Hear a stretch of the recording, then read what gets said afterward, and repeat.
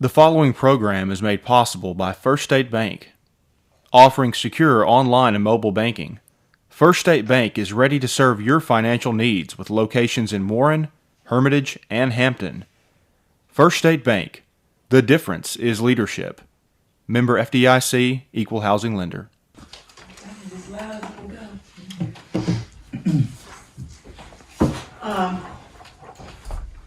Okay, we need to approve the minutes from the January meeting. I move that the minutes for January 11th be approved as emailed to us. Second. Okay, there's a motion and second to approve the minutes. Any discussion? All those in favor by show of hands. And then Alderman Frazier, if you'll voice vote.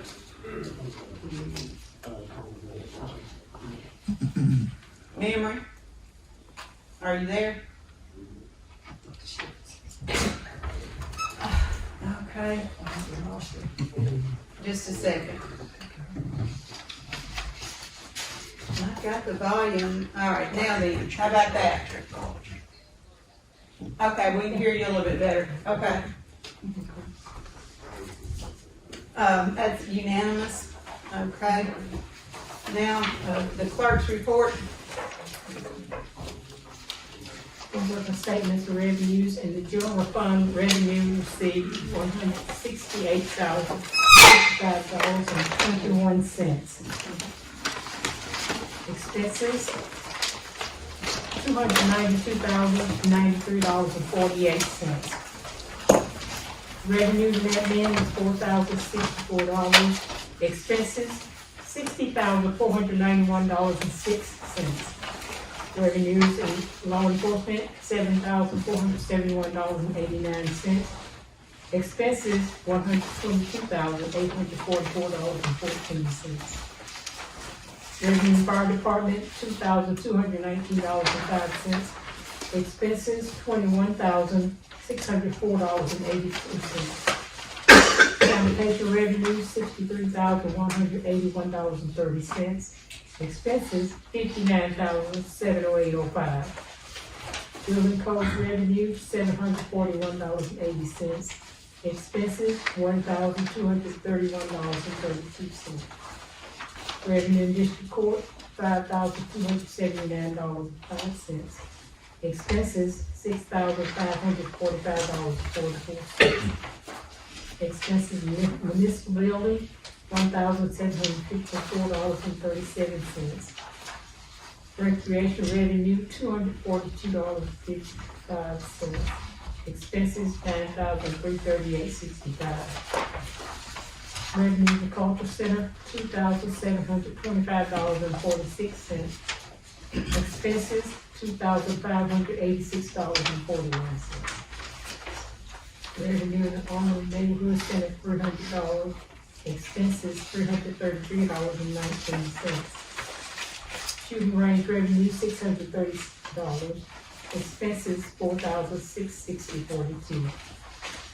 Expenses for the Senior Citizen Center, $440.40. Revenues and others, $400. Expenses, $345.19. Airport revenue, $1,274.04. Expenses, $610.02. Expenses in economic development is $0. Street department revenue, $49,050.96. Expenses, $31,142.49. I move that we approve the financial statement as presented by the city clerk. Second.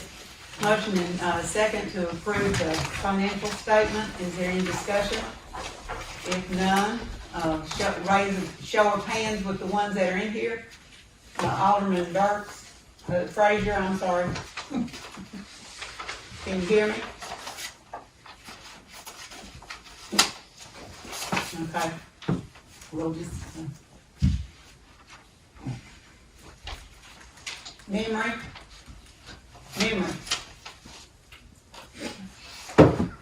She's still on the line. Okay. We're voting on the, expense report. Okay.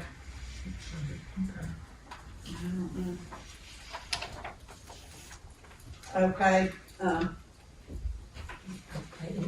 and you should have a cash balance report for the month of January. City sales and use received for January, $75,757.20. The county sales were $52,334.95. You should have the district court clerk's report for January as well. That's the end of my report. thank you. Okay, we will move into the mayor's report.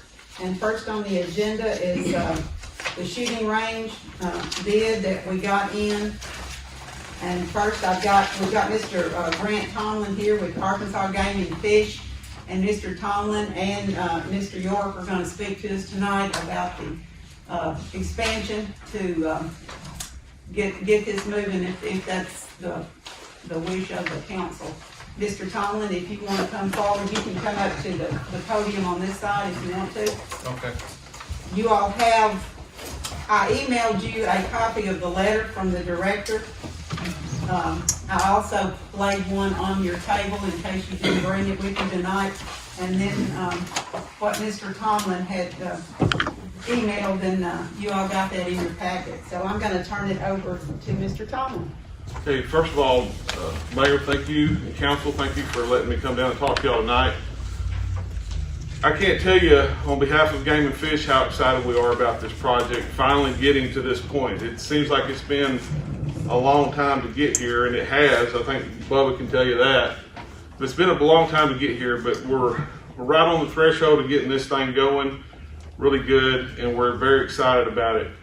For us as an agency, stuff like building shooting ranges is a big part of what we do for our R3 efforts. That's recruitment, retention, and reactivation of outdoor people. That's people of all backgrounds, white collar, blue collar, all races. That's what we do, is try to get these people involved in hunting and shooting and recreational sports and fishing. It's a big part of our job. And facilities like this are essential for us to do that job. What we have is a partnership with a lot of cities to build these facilities where we fund 90% of the project.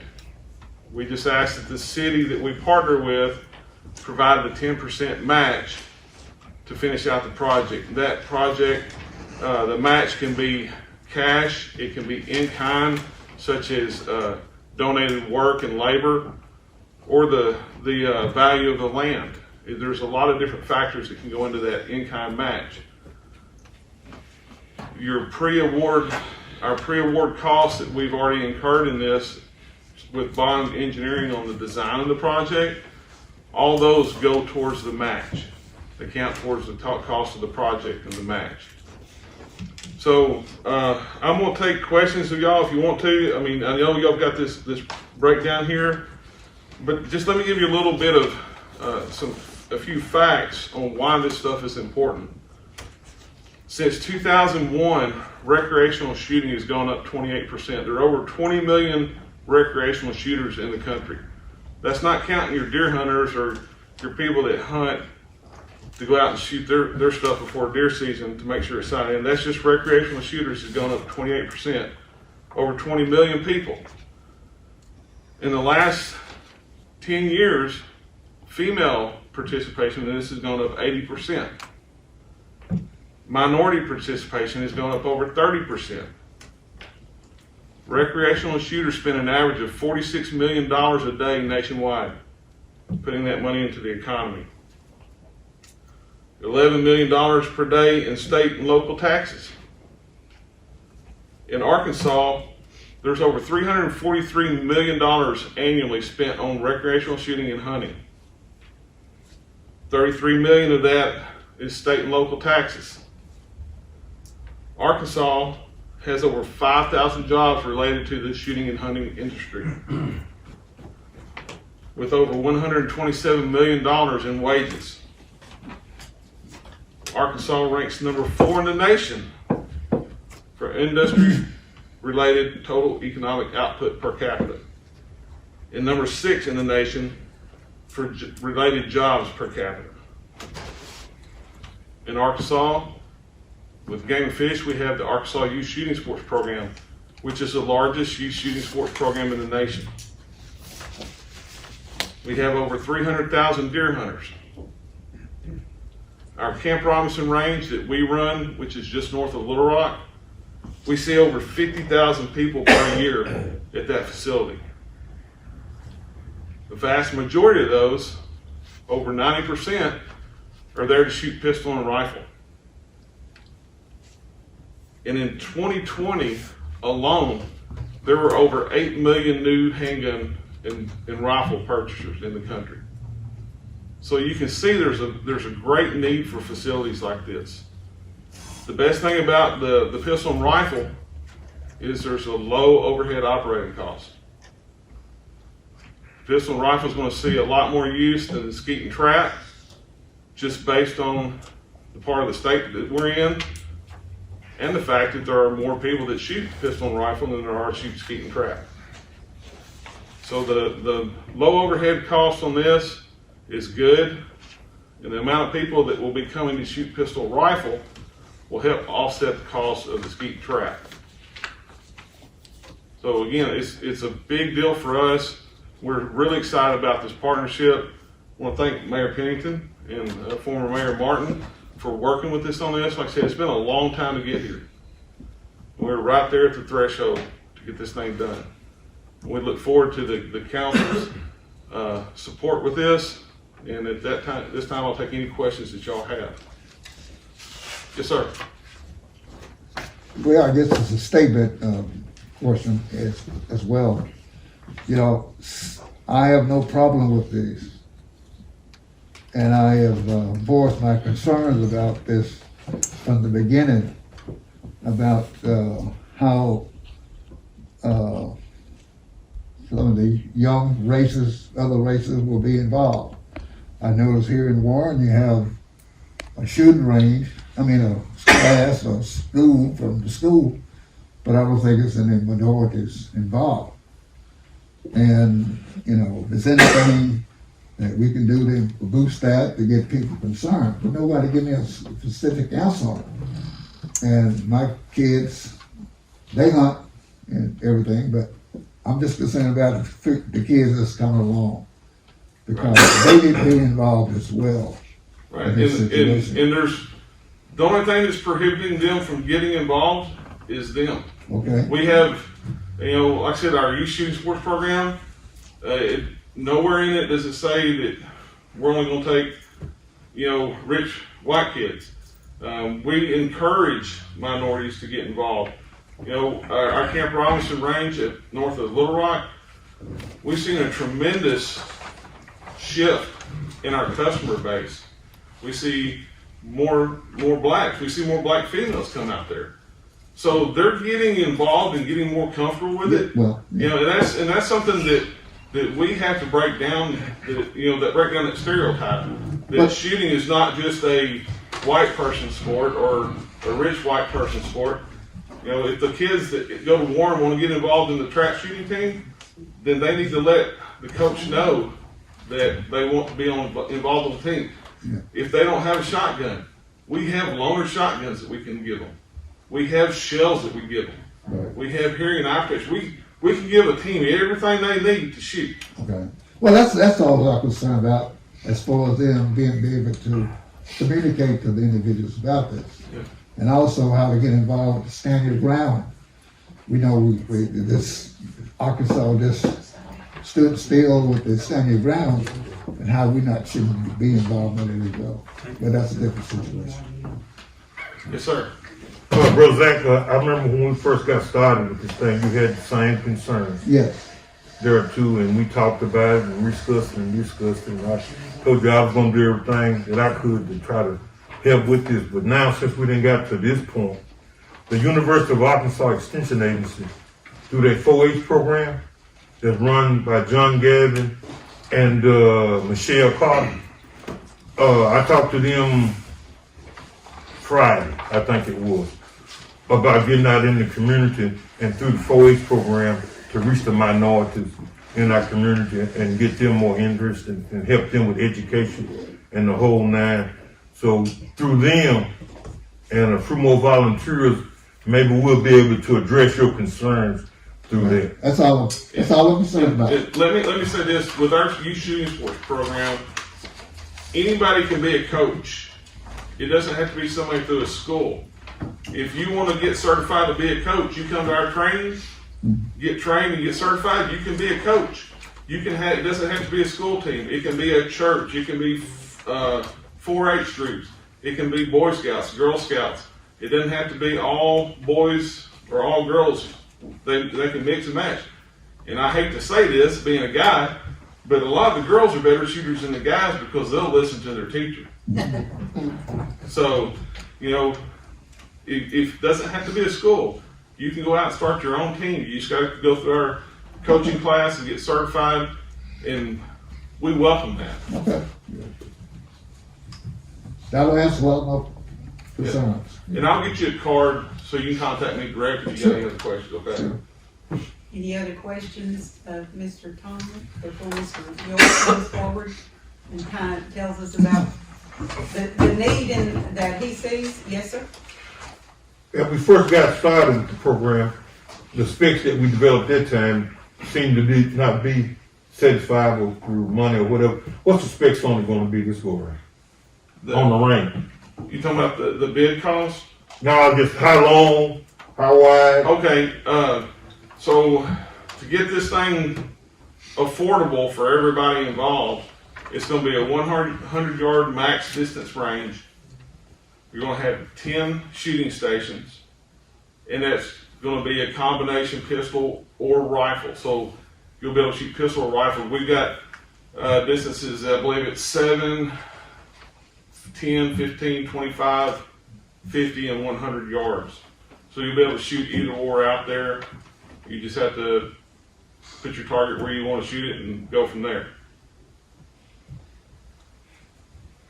Anything else, Mr. Tomlin? Thank you, sir. Appreciate you coming Thank you. tonight, and we'll vote in a little bit. All right, thank you. Mr. York, just give us an update on. Let me start by kind of going along with what you were talking about with him. And I wish 6 years ago I had kept a list of the people that had called or came by wanting to shoot a rifle or pistol. And the majority of those have been of people of color or whatever. So there is interest all the way around. And as you know, the day we live in, this day and age, there's ever been more interest in a place to come shoot pistols. As he mentioned earlier, there's been, as of October of last year, 40% of gun sales were first-time gun buyers, and 40% of that number were women. So I've had people from women to men to whatever. Not count. That's in addition to the hunters who want to sight in a rifle or re-sight in a rifle or so forth. The other point I'd like to make is that there's been record gun sales through 2020, more gun sales through October 2020 than any time in the history since gun sales have been kept on record. Which means we have more people now, even in this community, who have purchased weapons and they need somewhere. They don't anyone have any place to shoot them. I've had many people come out and thinking that the range we had was a rifle or pistol range, and were disappointed because they didn't realize it was only for shotguns only. Another thing that I think we need to consider is that if we don't do this, somebody's going to. The day and age we live in, these gun ranges are becoming more prevalent, and we have or at least from my opinion, we have some competition.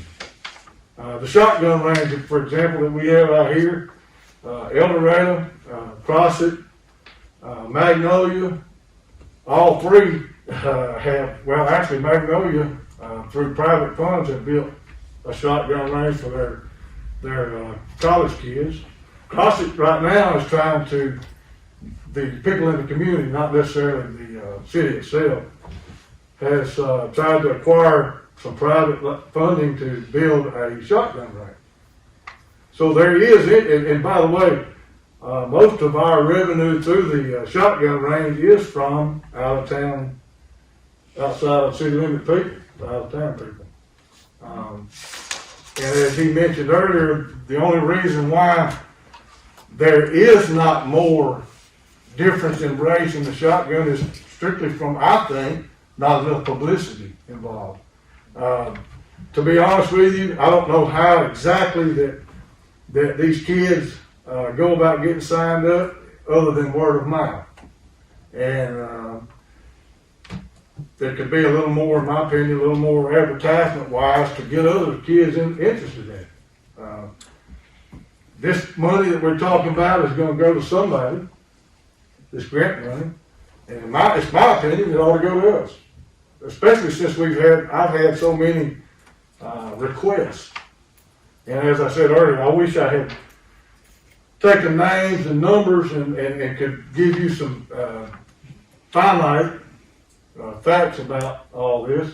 I have some on Facebook that have questioned through this method, and I'm not a Facebook man, so I can't messenger thing, wanting to know if they could come shoot a pistol. I actually had someone last week came by, a family came by with even had like a 5-year-old kid who wanted to shoot, and I had to turn them away. These ranges, again, they know, the range knows no difference in color. Everybody's welcome. We want everybody to be welcome. I have a question. Okay, What are your operating hours? right now, Yes. Wednesday through Sunday, 1 to 5. This is the shotgun range. So change in the summer months. Yes, ma'am.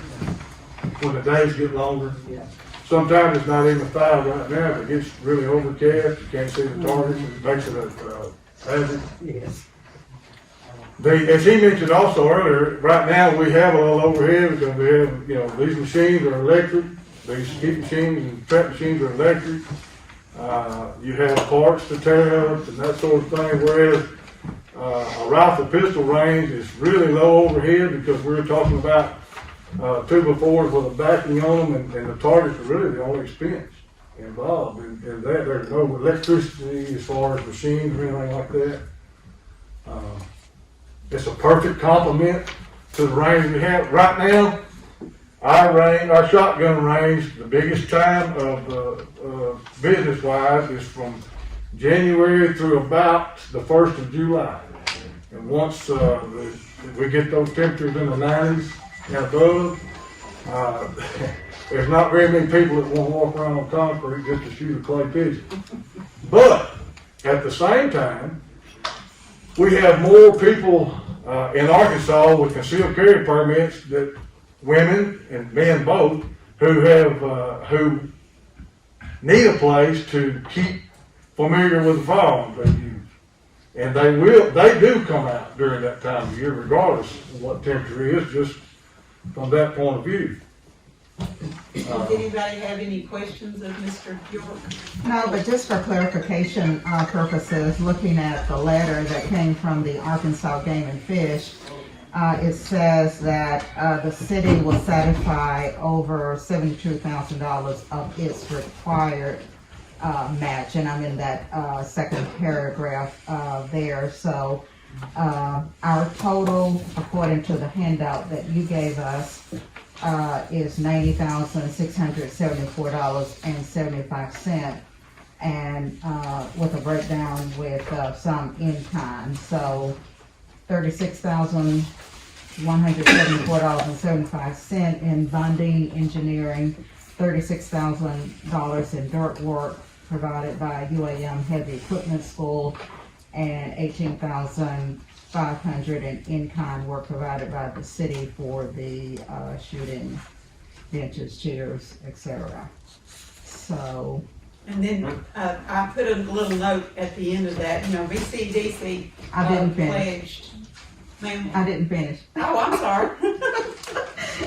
And if you go on down, it says 21,174 has been paid on the First Range project to Bundy Engineers, and the city will owe the balance. BCDC committed to $20,000 on the range project. Okay. Mayor, can I- Yes, you may. all those numbers on that breakdown that I sent her are approximate. They could go down a little bit depending on when we actually get started and how much the value on the dirt work the school is going to do. So those numbers are approximate numbers. I don't see them going up. If anything, they'll go down. And the numbers on your in-kind match that I've got down there, which was, let me look at my sheet here. $18,500. Okay, that number was based off of the numbers provided by Bond Engineering for the bench and shooting tables and the lane divider walls that Bubba and some other city staff are gonna build. So that's what those numbers are based off of. So I don't see that stuff costing that much. But again, that's the numbers that was provided by a professional engineer. So those numbers would go down once you get the cost of materials. But Bubba's time, and if you have other city employees help build this up, his time and their time would be You counted. may have even volunteers. I mean, Yeah, I mean, but yeah, you gotta, Please. yeah. So again, and one thing about this range, right now it's only 10 stations and 100 yards. In the future, if use dictates it, we can expand it in the future. It's always expandable. So I move that we move forward with the next phase with the Arkansas Game and Fish Commission. Before we do that, I have a question. Okay. Will there be any prohibited weapons? No, No. not that I know of. I mean, I can't think of anything off the top of my head that there would be, any legal for there would be. I can tell you, at game and fish ranges, the ones that we control and operate, which this would be a city deal, we don't allow full automatic fire or rapid fire, and that's just a safety issue because, I spent 23 years in law enforcement and was in the military before that, so I'm familiar with automatic weapons. But Bubba, if he sees me out there shooting full automatic, he may want to bring something out and shoot full automatic, and he's not trained, so we don't allow that. Well, that was the one thing that I could think of just before he said that I don't think we have any, there's not any need. Right, and I don't know how familiar you are with fires, but you know what a 50 BMG is? It's a really big round. We even have people bring those out to our range and shoot those, which I don't know why anybody want to shoot one of those at 200 yards, but Oh, I might want to shoot one period. But the only thing that we don't allow is the full automatic or rapid fire. And I would work with Bubba and we could go through and set up whatever y'all wanted to. Okay, so we have a motion on the floor for Ms. Henderson to move forward with this. I need a second. I'll give you the second. I yield. Is there any further discussion? Now, okay, a vote please by show of hands. Memory, are you still with us? Memory. Okay. That was 5-4, and, what I need, and I'm, Mr. Thomas, do we need to rebid this? Cause see, we've never accepted or denied this original bid, so we need Those to do bids that. gonna be expired, Yeah, so, yeah, so we'll need to rebid it, and we'll work with Bond Engineering to take the roadway and the parking lot out, which is what the school's supposed to be doing. all right, that was my understanding, is that we need to rebid with taking out the parts that we've got on here for in-kind service, so. I'd just like to say again, we still need to get more involvement from these young people of color. I said agree, move forward 100%. with the next phase as appropriate. Okay. A motion to Because it move was forward. three with different next things, phase. it was three different directions on here. I mean, you had one, he had one, a different one in his letter, so. Okay. I do have a question, well, not a question, a statement to you, Bubba. Okay. You mentioned publicity, maybe that, I mean, if you're the person that is out there, maybe you can come up with some flyers or some, type of, places that you can go to advertise, not just the school, but other places. Well, I have advertised our range via our, if you remember 6 years ago, I guess it was. I don't remember. Oh, you want to? We had some, I'm sorry. We had some flyers made of what our range is and what it contains and what hours and that so forth.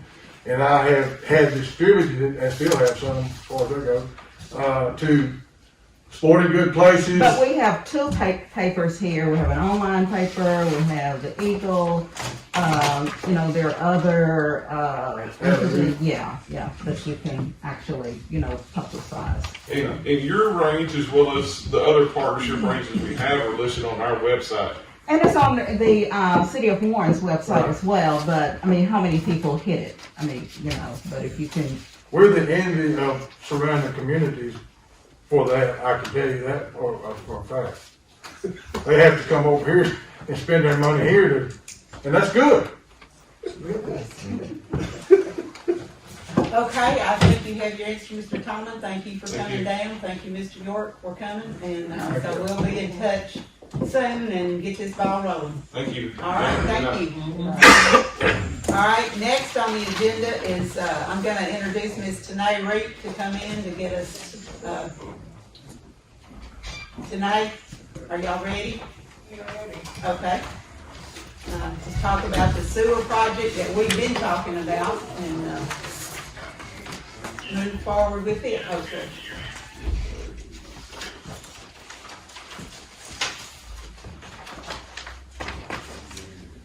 So we've been working on a sewer project for quite a while. We have several goals we want to accomplish with this project. For one, we need to remove sludge at our wastewater plant. We have aging infrastructure at our plant that we need to replace. And we need to, or we would like to, lay a sewer line around our south bypass to get industrial waste out of our, the south section of the city. And it would also open up the south bypass for industrial development for future growth. And after our last meeting back in the fall, Joel was asking about Pennington Road, and I went back to the commission, and they did decide to add Pennington Road to that project. and how many families? I went and counted, and it's about 10 houses. Oh, so it's more than 7. That's good. It would be from the dead end up to where it connects at Cowboy Road. It's that section. Thank you tonight. So we've been working on funding for this project. And total, it's about 3.3 million to accomplish all of this. And we've been working on grants for the project, and currently the only grant we have is a DRA grant for $289,500. And my commission is recommending a private bond through Stevens for the rest of this funding.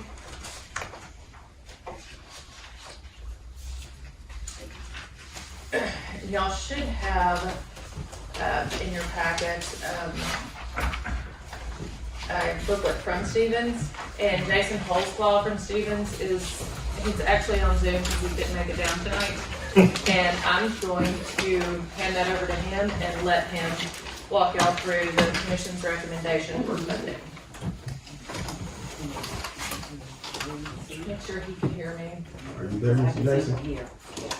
Hello? Sorry, we've had a little bit of technical difficulties. Okay, can everybody hear? Is audio good for everyone? Can everyone hear? Is he saying anything? Yes, I'm here. First, I want to say thank you for allowing me to participate via Zoom. I had to be in Harrisburg this evening, so unfortunately I couldn't make it there. But but wanted to just take a moment to walk you through the information before you. If you have any questions as we go through, please feel free to stop me. But you have a packet of information, I believe, before you this evening that lays out a potential financing option for you to get not only the money for the projects that are being proposed, but also includes possible refinancing of an ANRC loan that the city issued back in 2014. In your presentation materials, you can see on page 4 the assumptions that have been made, but wanted to just briefly touch on, probably one of your first questions is, if we are going to include the ANRC loan, does it make sense to include that? And so what this page shows you on page 5 is that if you were to refinance the ANRC loan, which is currently at a 3.9% interest rate at today's rate, it would save the city approximately $97,000 over the issuance or over the life of the bond issue. If you were to fold that into the projects that we are proposing to do, so it would be the ANRC loan refinancing in addition to the new money, that will show you on page 6 what we believe the payment will be over the life of the bond issue. We have assumed a 25-year repayment term, and you'll see that we're assuming an interest rate of approximately 2.5%, 2.55 to be exact, over the life of the bond issue. For those that have not been through the bond issuance process before, think of this as a home loan. This is very similar to the same type of process. What would happen is Stephens will serve as an underwriter on the transaction, meaning that we would raise the capital by going out to investors to put the money together so that you will have the monies available to you. And then the city will work through a bond trustee to make those payments to those bond holders throughout the life of the bond issue. But this is kind of in contrast to what you're probably used to with ANRC, is there's not as much red tape, there's not as much hoops to jump through as it relates to the financing. So we were proposing, and this timeline could be adjusted, but we're proposing, as you'll see on page 8, that the city could have its money as early as April to begin its project sometime shortly after that. So let me pause there and see if the council or the mayor, if you have any questions about the information before you this evening. Any questions about anything we've heard so far?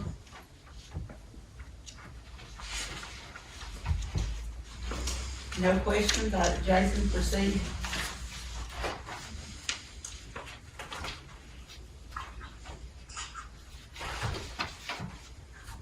So tonight your board has recommended this, right? Yes, they're recommending this option And so move. with refinancing. Thank you, Jason. Thank you. Now get our school project going.